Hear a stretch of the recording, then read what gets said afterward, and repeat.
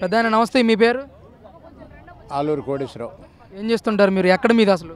మందడం, తుళ్ళూరు మండలం, మందడం గ్రామం. మరేంటి పెద్దాయన, అసలు దాదాపు అమరావతి ఉద్యమం మొదలుపెట్టినప్పటి నుంచి కూడా ఏ కార్యక్రమంలో అయినా కూడా ఇలాగే నాగలతోనే మీరు ఉద్యమాన్ని ముందుకు తీసుకెళ్లారు. అసలు ఏంటి ఈరోజు మళ్ళీ పునఃశంకుస్థాపన కార్యక్రమం జరిగింది కదా అమరావతిలో, ఎలా అనిపిస్తుంది ఈరోజు మీకు? ఈ నాగలు పెట్టి దున్ని పండించిన పంటే ప్రతి మానవుడు తినేది. ఈ నాగల మీదే నేను బాగుపడ్డా. వ్యవసాయం చేసుకుంటా కుటుంబీకులుగా నేను ఒక 3 ఎకరాల నుంచి 20 ఎకరాలకు వెళ్ళా. నా సాధక బాధకాలు 10 మందికి ఆదర్శంగా 10 మందిని బతికించుకుంటా నేను ఉరిదయ్యా. కానీ పిల్లలకు వచ్చే తల్లికి చదువుకున్నారు, ముందుకెళ్తానికి దారి దొరక్క కొట్టుకులాడుతున్నారు. సరే, ఆయాల 2014లో చంద్రబాబు గారు కావాలంటే స్వచ్ఛందంగా అందరం భూములు ఇచ్చాం. దురదృష్టం చేత 19లో ఓడిపోయాడు ఆయన. ఓడిపోయినాక జగన్మోహన్ రెడ్డి గారు కూడా చేస్తారని ఆశించాం మేము. రాజశేఖర రెడ్డి గారి కొడుకు, మంచి యువకుడు, ముందుకు తీసుకెళ్తాడు. 151 సీటు ఇచ్చారు ప్రజలు, రాష్ట్రాన్ని ముందుకు తీసుకెళ్తారని ఆశపడ్డాం మేము. ఆశపడి ఇక్కడ సీటు కూడా ఆయన కట్టబెట్టాం. అది కృతజ్ఞత లేకుండా ఆయన కురశాస్త్రలుగా గెలిచిన 6 నెలలకి 3 రాజధానులని 3 ముక్కల ఆట మొదలుపెట్టాడు. ఆ రోజు నుంచి మాకు నిద్రాహారాలు లేకుండా లాఠీ దెబ్బలు తినుకుంటూ శాంతి మార్గంలో ఏమిటి మనం ఆస్తులు పోయినాయి, మనం పోయాం, మన పిల్లలు ఏమవుతారు, మా భవిష్యత్తు ఏమవుద్ది, మనం పిల్లల భవిష్యత్తుని తాకట్టు పెట్టామే, భూమిని గవర్నమెంట్కి ఇచ్చేసాం.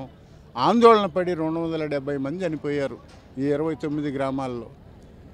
ఆ డబ్బు చూసి మానసికంగా ఒత్తిడి తగిలి హార్ట్ అటాకులు వచ్చి అట్లా నష్టపోయాం. నిలదొక్కొని ఏం చేయాలి అనేది మాకు దారి తెలీదు. రైతులము నెల్లింగా 2 రోజులు చూసాము. 3వ రోజు ఉద్యమం మొదలుపెట్టాం. పోలీసు వారు మమ్మల్ని పెట్టాల్సిన నిమిషాలన్నీ పెట్టారు.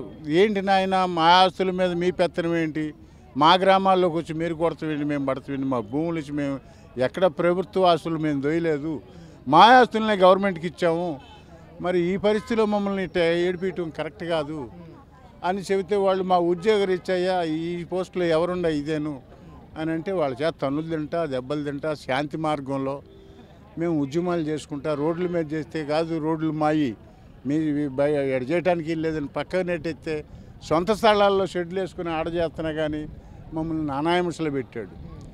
కానీ మేము శాంతి మార్గంలోనే మా సొంత స్థలాల్లో షెడ్లు వేసుకొని శిబిరాలు పెట్టుకొని శాంతియుతంగా మేము చేస్తున్నా. కానీ అక్కడికి కూడా వచ్చారు, బాబు ఇది మా సొంత స్థలం, మీ గవర్నమెంట్ స్థలాల్లో మేము రావట్లా, మా స్థలంలో మేము చేసుకుంటున్నాం, చేయనండి, మా ఆస్తుల కోసం మేము పోరాడాలి, మేము చచ్చిపోయిందంటూ లెక్క, మా ఆస్తులన్నీ అయిపోతున్నాయి అని అట్లా శాంతి మార్గంలో న్యాయస్థానం నుంచి దేవస్థానం నడిచాం. వెంకటపాలెం వెంకటేశ్వర స్వామి గుడి నుంచి అరసవల్లి నడిచాం. నేరాజనాలు ప్రజలు పెట్టారు మాకు. మమ్మల్ని 6 నెలలు సంవత్సరం దాకా ఊళ్ళో నుంచి బయటికి బానేలా జగన్మోహన్ రెడ్డి గారు ప్రభుత్వం. అయినా మేము పడి పడి పడి పడి ఇట్లా పాదయాత్రలో పడి త్యాగాలు చేసి తబ్బెలు తింటా, అవమానాలు పడతా, మా ఆడపిల్లలను మా ముందే అవమానం చేస్తుంటే చూస్తా ఊరుకొని నిస్సాకులు అయ్యి ఏమీ చేయలేని పరిస్థితిలో ఏం చేసినా మనం నష్టపోతాం, మన ఆస్తులని చిక్కుపోయి ఉన్నాం అని శాంతి మార్గంలోనే మా ఆడపిల్లలు. కష్టాలన్నింటికి కూడా, ఈ బాధలన్నింటికి కూడా ప్రభుత్వం మారితే చాలు అమరావతిని డెవలప్ అవుతుందనే నమ్మకంతో మీరు కూటమి ప్రభుత్వాన్ని తీసుకొచ్చారు. మరి 11 నెలలు కావస్తూ ఉంది వీళ్ళు అధికారంలోకి వచ్చి. ఎలాంటి మార్పులు మీరు గమనించారు అమరావతి ప్రాంతంలో? ఇప్పుడు ఎలా ఉంది పరిస్థితి, అమరావతి పరిస్థితి? చాలా బాగుందండి, చాలా బాగుంది, చాలా ముందుకెళ్ళిద్దండి. మేము కన్న కళలు నిజమవుతాయి. అమరావతి రైతు ఎప్పుడు అమరవీరుడు అవుతాడు, రాష్ట్రానికి త్యాగపురుషుడు అవుతాడు. త్యాగం చేసాం మేము.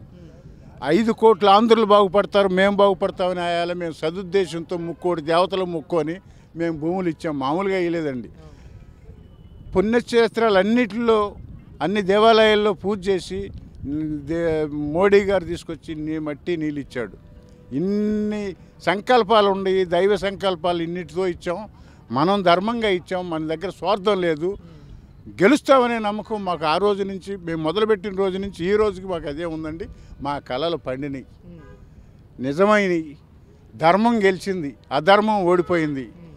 మేము నమ్మిన నమ్మకం ఏదైతే ఉందో ఆ నమ్మకం ఉమ్మగాకుండా ముందుకు పోయామండి. అంటే ఈరోజు మళ్ళీ మోడీ గారు కూడా మాట్లాడారు ఇక్కడ, మీకు ఎలాంటి ధైర్యం కలిగిందండి మోడీ గారు మాటలు విన్న తర్వాత?